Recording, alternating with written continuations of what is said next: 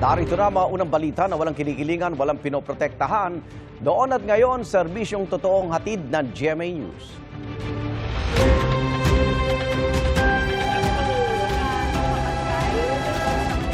Yung wala na naman ho dito. Unang balita! Nasa loob pa rin ng Senado si Senador Ronald Bato de la Rosa kung saan maigpit ang seguridad. Kasunod ng naging tensyon doon kahapon. Live mula sa Pasay, may unang balita si EJ Gomez. EJ. Igan, good morning. Dito nga sa Senado nagpalipas ng gabi si Senador Bato de la Rosa matapos siyang isailalim sa protective custody ng Senado kasunod ng tangka ng NBI kahapon na iserve ang arrest warrant na inisyu ng International Criminal Court o ICC. Pilipinas lang nakataya dito. Soberenya ng Pilipinas ang nakataya dito, kinabukasan ng ating bansa. Sana suportahan ninyo kami sa aming pakikibaka dito dahil sa social media, nagbigay ng pahayag si Senador Ronald Bato de la Rosa kasunod ng tangkang pagsisilbi sa kanya ng National Bureau of Investigation ng arrest warrant mula sa International Criminal Court sa Senado. Ayon kay bagong Senate President Alan Peter Cayetano, walang mangyayaring pag-aresto sa senador hanggat hindi ito dumaraan o ipinag-uutos ng Korte ng Pilipinas. Isinailalim sa protective custody ng Senado si de la Rosa. haharapin ko yan kung idaan lang nila sa proseso. Kung merong totoong warrant of arrest, dalhin nila sa local court, ayusin nila, then uusapan natin at haharapin namin yan. Hindi yung dala ka ng papel na hindi klaro. Nagbigay rin ng mensahe si de la Rosa sa kanyang mga taga-suporta.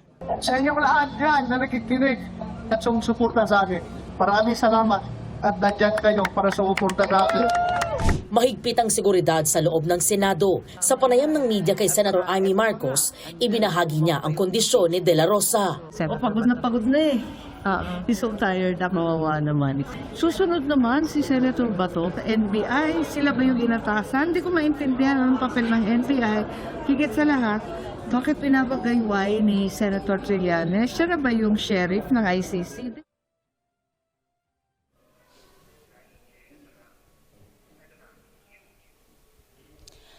Igan, hindi pa natin muling nakita ang senador na si Bato de la Rosa simula nung matapos ang sesyon kahapon. Ilang beses din kaming umakyat, kaming mga miyembro ng media doon sa 6th floor kung nasaan nga siya sa loob ng office ni Senator JV Ejercito at nasubaybayan naman natin yung paghihigpit ng seguridad doon. Noong una, nakakapag-stay pa kami hanggang sa makakuha kami ng ilang litrato o video and then yung mga ilang sumunod na aakyat namin, pinagbawalan na kami maging litrato lang kahit sulpot-sulpot or paunti-unti lang. And hanggang sa mga oras na to, wala pa tayong nakukuhang impormasyon kung ano yung magiging plano ng kampo ni De La Rosa, gayon din ang Senado ngayong araw. Yan yung inaabangan natin dahil as of this time, dito lang sa second floor nitong Senate building, malaya nakakaikot yung mga miyembro ng media. Igan? EJ, may bago bang pahayag si Senator De La Rosa ngayong kinumpirma na ng International Criminal Court ang warrant of arrest?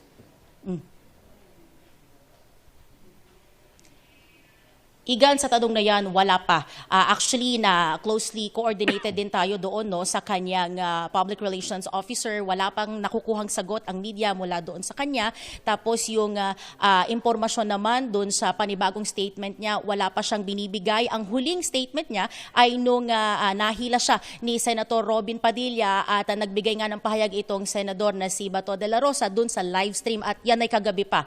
Yan muna ang latest na kumbaga sinasabi or naging pahayag ni Bato de la Rosa. Meron ba mga senador na kasama siya na nanatili sa Senado nitong magdamag? Alam mo, Igan, mismong mga security, naging mahigpit sila kasi sinabihan daw sila na hindi talaga pwede silang magsagot kahit yes or no lang. Kasi nagtatanong kami, may mga lumabas po ba? Nung mga pang-apat na akyat namin doon, kahit yun, hindi nila masagot na dahil pinaghigpitan na rin sila nung kanilang mga higher ranking officers. So regarding doon sa kung sino yung kasama niya, kung sino yung mga lumabas, or kung meron mang pumasok, walang nakuhang impormasyon dyan tayong media. EJ, Senador Trillanes, nakita mo ba nandyan na kung nag-stay din magdamag? Pagpasok natin dito no sa Senate building after natin mag-cover doon sa rally, wala tayong naramdaman, wala tayong nakuha din na impormasyon kung nandito pa si Senator Trillanes or kung nagstay siya katulad ni Senator Bato de la Rosa magdamag dito sa Senate building, or kung hindi naman siya nagstay, information kung nandirito na ulit siya ngayong panibago ang araw, umaga na, wala pang information about Trillanes. Maraming salamat, EJ Gomez.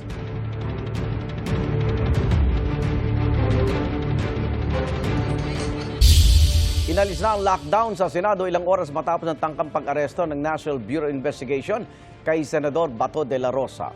Kinumpirma naman ng tagapagsalita ng International Criminal Court na galing nga sa ICC ang arrest warrant na dinala sa Senado kahapon. Ang kampo ni de la Rosa dumulog sa Supreme Court para sa immediate judicial protection at guidance kaugnay sa arrest warrant. May unang balita si Ian Cruz. Go ahead, make my day, Mr. Trillanes. Sige, go ahead. Kahit sumama ka pa, mag-serve ng warrant. Sumama ka, ikaw mismo magpusa sa akin. 2 taon matapos ang hamon na yan ni Senador Ronald Bato de la Rosa kay dating Senador Antonio Trillanes IV. Nagpunta si Trillanes sa Senado, bitbit ang anyay warrant of arrest ng ICC kay De La Rosa para sa kasong Crimes Against Humanity kaugnay sa war on drugs ni dating Pangulong Rodrigo Duterte. Sabi ni Bato, kaya ako nandito dahil personally niya ako ni-request na sasamahan ko yung magpoposa. So, nandito. Nasa Senado si De La Rosa para dagdagan ang bilang ng bagong mayorya na nagluklok kay Alan Peter Cayetano bilang Senate President. Sa plenaryo, kinwestiyon ng mga taga-bagong mayorya ang ginawa ng mga taga-NBI kay De La Rosa. How can we allow other people to wrestle or even not to let him or preventing him to enter this august chamber? Ano ang ginagawa ng Sergeant at Arms? Bakit nila pinapayagan ito na gawin ito sa isang senador? Iniutos ni Cayetano sa Office of the Sergeant at Arms ng Senado na imbestigahan ang insidente. Kalaunan, nag-resign si Senate Sergeant at Arms Rene Samonte. Sa kopya ng ICC arrest warrant na nakuha ng GMA News, secret ex parte only available to the prosecution ang nakasulat sa unang pahina. May petsa itong November 6, 2025. Inisyo ito ng Pretrial Chamber 1. Batay sa dokumento, naniniwala ang chamber na kailangang arestuhin si De La Rosa para masigurong haharap siya sa korte at para hindi niya mahadlangan ng investigasyon. Nag-issue ang chamber ng warrant of arrest dahil sa kanyang umano'y criminal responsibility bilang indirect co-perpetrator sa crime against humanity of murder kaugnay sa drug war. At kung kailangan daw ma-execute ang arrest warrant na nooy classified bilang secret, maaari itong ipagbigay alam sa mga estado at international organizations. Sabi ng kampo ni Trillanes na i-transmit na ito sa Philippine Center on Transnational Crime o PCTC na counterpart ng Interpol sa Pilipinas. Tugod sa GMA News ng Executive Director nitong si retired Major General Romeo Prestoza, binavalidate pa nila ang impormasyon tungkol sa warrant at maglalabas ng pahayag kapag may kumpirmasyon sila mula sa ICC.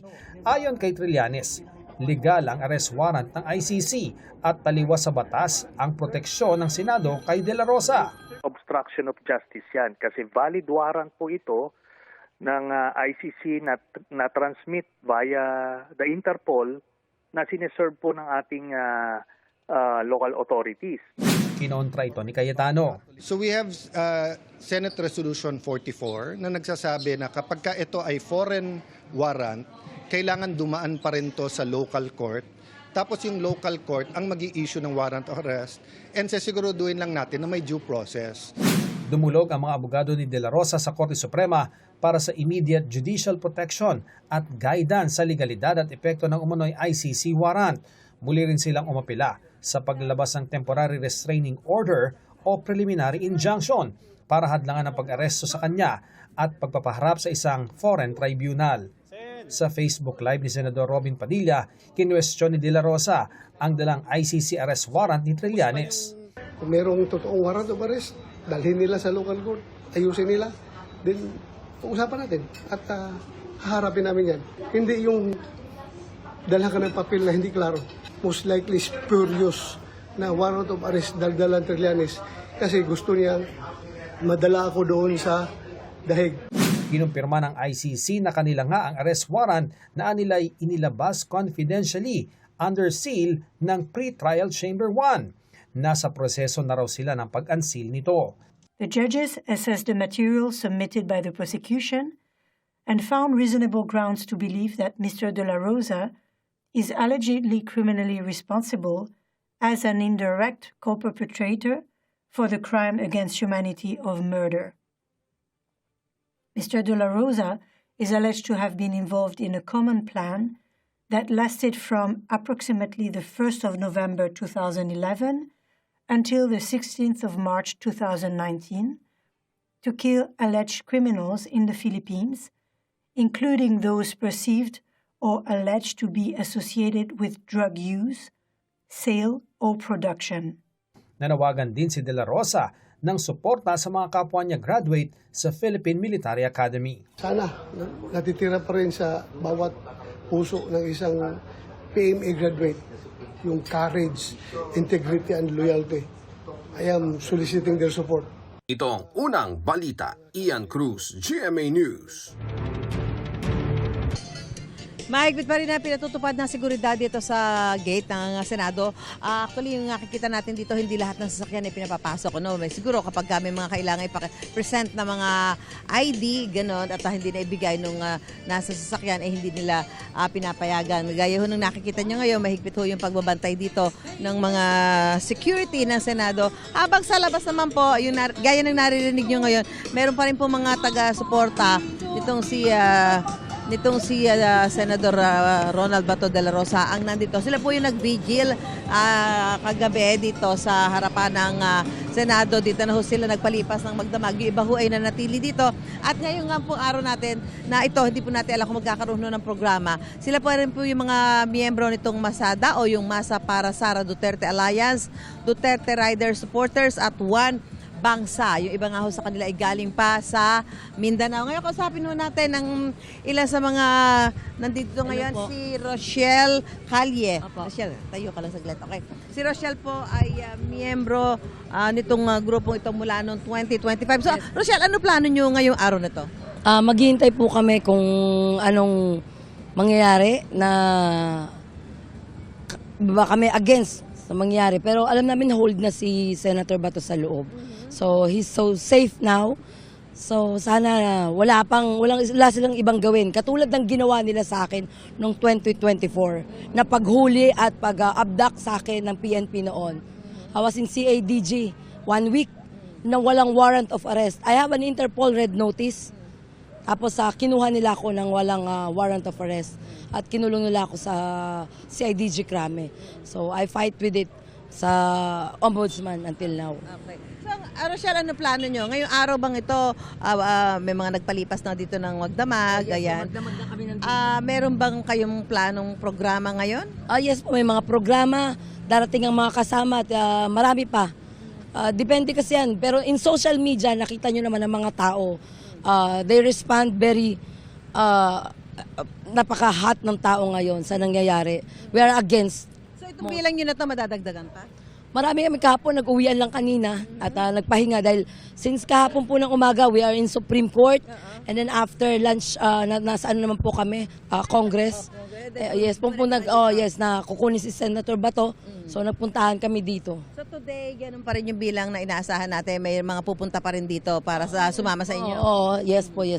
Okay, salamat. Nandito kami. Salamat, Rochelle. Samantala si Shaina Penserga naman ay isa pong OFW na supporter din ito si dating Pangulong Rodrigo Duterte. Shaina, kailan ka dumating?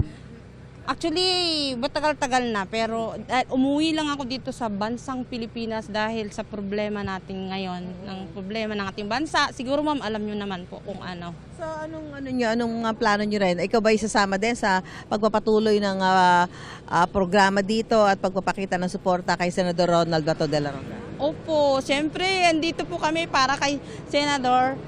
Bato dahil hindi po maganda ang ginagawa ng ating administrasyon ngayon sa ating bansa, lalong-lalo na po ngayon dito kay Senador Bato. Kasi binabalak na naman nilang kidnapin katulad ng ginawa nila kay Tatay Digong. So hindi po namin yun papayagan dahil mga kababayan ko, kailangan po nating manindigan dahil kung nagawa po nila sa former president at sa ating senador ngayon, pwede po nilang gawin sa ating, katulad sa ating mga maliliit na mga So magtatabay kayo dito sa mga magiging development? Opo. Salamat ha. Opo, thank you ma. 13 senador ang bumoto kahapon para kay Alan Peter Cayetano bilang bagong Senate President. 8 sa kanila ang mga dating kasamahan ni Alan Cayetano sa minority na sina Senador Bato de la Rosa, Robin Padilla, Amy Marcos, Bongo, Cheese Escudero, Jinggoy Estrada, Joe Villanueva at Rodante Marcoleta. Ngayon din ang 4 na dating sumuporta kay Senador Tito Soto na sina Senador Loren Legarda, Mark at Camille Villar at Pia Cayetano. Ibinoto rin ni Soto si Alan Cayetano bilang tradisyon sa Senado na hindi binoboto ang sarili. 8 kasamahan ni Soto sa dating majority ang muling bumoto sa kanya. Sila ay sina Senador Ping Lacson, Sherwin Gatchalian, Bam Aquino, Kiko Pangilinan, Risa Ontiveros, Rafi at Erwin Tulfo at Lito Lapid. Pati si Cayetano na ibinoto rin si Soto bilang tradisyon sa Senado na hindi ibinoboto ang sarili. Nag-abstain naman sina Senador J.V. Ejercito at Mig Zubiri. Sabi ni Soto, Senate President man siya o hindi, pumapanig siya sa konstitusyon at sa taong bayan. Sabi naman ni bagong Senate President Cayetano, walang kinalaman sa impeachment ni Vice President Sara Duterte ang rigodon sa Senado. Let it make it very clear. May mga lumabas sa news and hindi ko kayo sinisisi kung sinasabi nyo sa news na ang pagpalit ng leadership ay tungkol sa impeachment. Hindi po.